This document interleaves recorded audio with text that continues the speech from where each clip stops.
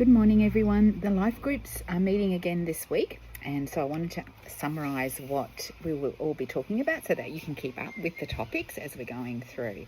So this week, Hendrico was speaking, and he was talking about changing the atmosphere where we are. Now, I've got a couple of things to illustrate this. So he brings out two passages.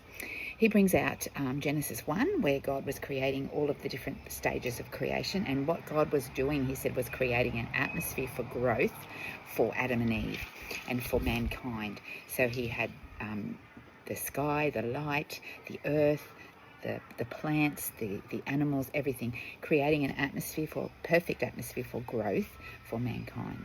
And then he speaks about Jairus' daughter in Luke 8, and he was talking about when Jesus came there to heal Jairus' daughter. Jairus had asked, could he come? And while he was speaking to Jesus, and on their way, she'd already died, and someone came to give a message. But Jesus said, don't worry, we're still going. So Jesus went there, and everybody was wailing and weeping, as you can imagine, when the little girl had died. She was only 12.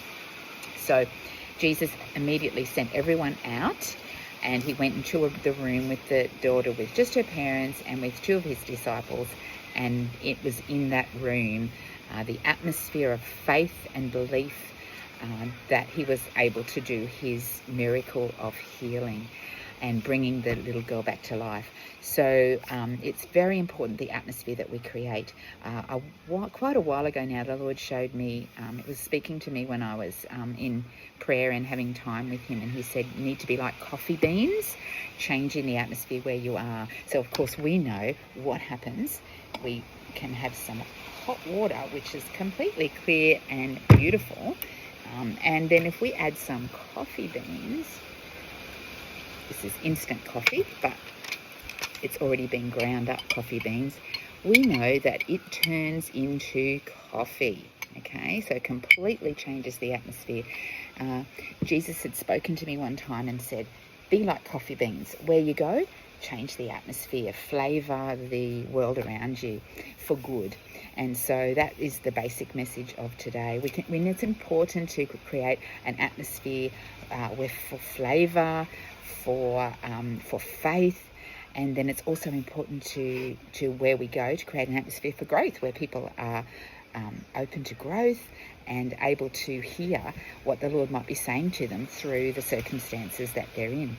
So I can illustrate that here. I'm out in the garden because I wanted to show you what it looks like when we have some lovely plants in a pot here that are in the right spot. They're in the shade and they're in a good atmosphere for growth. So we can even see there's some little flowers and they look healthy.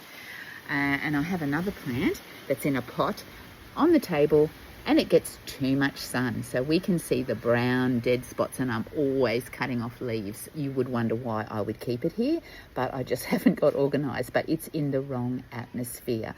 So it's nothing to do with the plant. The plant is healthy, the plants are healthy, but depending on where they're placed. So very good for us to consider, what type of atmosphere are we carrying where we're going? What type of atmosphere are we placing ourselves in our homes, in our environments?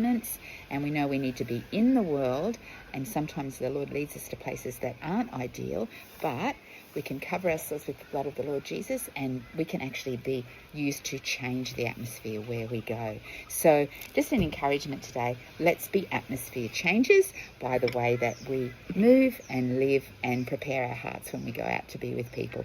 And have a great fortnight, ladies, and I'll see you again in 2 weeks' time.